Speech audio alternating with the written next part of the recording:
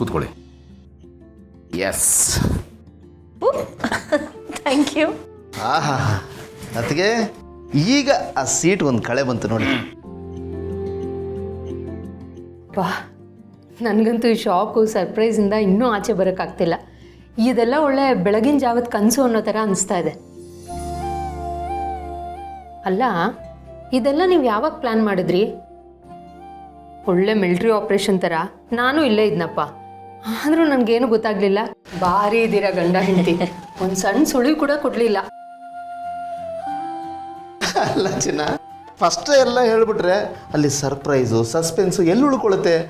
ಅದಕ್ಕೆ ಪ್ಲ್ಯಾನ್ ಮಾಡಿ surgical strike ಥರ ಇದನ್ನು ಮಾಡಿದ್ದು. ಅದಕ್ಕೆ ಇಂಪ್ಯಾಕ್ಟ್ ಅಷ್ಟು ಚೆನ್ನಾಗಿದ್ದಿದ್ದು ಚಿನ್ನ. ಚಿನ್ನ, ಎಲ್ಲ ಮುಂಚೆನೇ ಹೇಳ್ಬಿಟ್ರೆ ಅದು ಥ್ರಿಲ್ ಇರಲ್ಲ, ಸಪ್ಪೆ ಸಪ್ಪೆ ಅನಿಸ್ಬಿಡುತ್ತೆ ನೋಡು. ಅವಾರ್ಡ್ ಬಂದಾಗ ಫಸ್ಟೇ ಹೇಳ್ಬಿಡ್ಬಾರ್ದು ಅವಾರ್ಡ್ ಬಂದಿದೆ ಹೋಗಿ ತಗೊಳ್ಳಿ ಅಂತ. ಮಜಾ ಇರಲ್ಲ.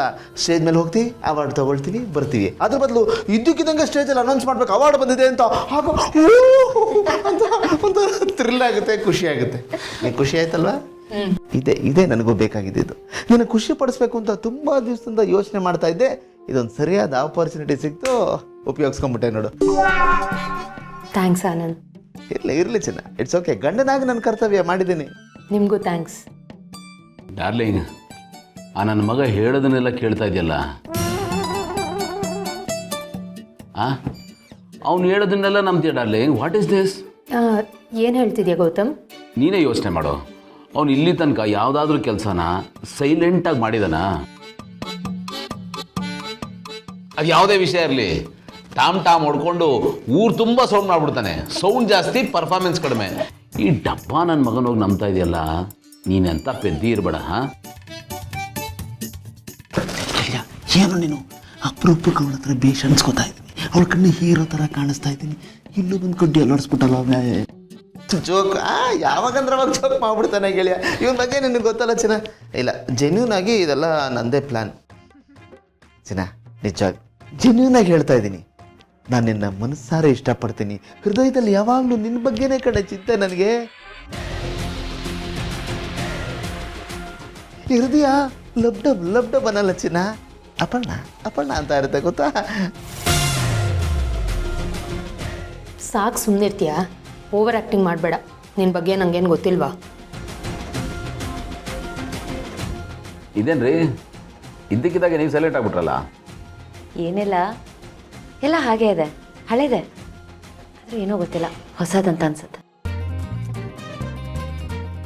ಹೌದು, ಜಾಗ ಅದೇ, ಆದರೆ ಫೀಲ್ ಬೇರೆ ಥರನೇ ಇರುತ್ತೆ. ನಮ್ಮದು ಅಂತ ಅನ್ಸಕ್ಕೆ ಶುರು ಆದಮೇಲೆ ಅದು ಹಾಗೆ ಅಲ್ವಾ? ಎಕ್ಸಾಕ್ಟ್ಲಿ. ಬಟ್ ಹೀಗಾಗಿರೋದಕ್ಕೆ ನಂಗಂತೂ ಭಾಳ ಖುಷಿ ಇದೆ. Thank you. ವೆಲ್ಕಮ್. ಖುಷಿ ಆಯ್ತಾ? ಆ ಖುಷಿ ಹಂಗೆ ಡೈಲ್ಯೂಟ್ ಆಗ್ಬಿಡ್ಬಾರ್ದಪ್ಪ. ಅದಕ್ಕೊಂದು ಪಾರ್ಟಿ ಆಗಬೇಕು, ಲಿಕ್ವಿಡ್ ಪಾರ್ಟಿ. ಯಾವಾಗಲೂ ಕುಡಿಯೋದೇನಾ? ಬೇರೆ ಏನೂ ಗೊತ್ತೇ ಇಲ್ವಾ ನಿಮಗೆ? ಅಯ್ಯೋ, ಪಾರ್ಟಿ ಮಾಡಿದ್ಬಿಟ್ಟು ಬೇರೆ ಏನೇ ಕೆಲಸ ಇರುತ್ತೆ ನಮಗೆ? ನೋಡು, ಬಿಟ್ಟು ಪಾರ್ಟಿನ ತೀತಿ ಊಟನ ಎರಡೂ ಮಿಸ್ ಮಾಡ್ಕೋಬಾರ್ದು. ಏನದು ಕಂಪ್ಯಾರಿಸನ್ನು? ಗೆಳೆಯ, ಯಾಕೆ ನಿನಗೆ ಗೊತ್ತಿಲ್ವನೋ?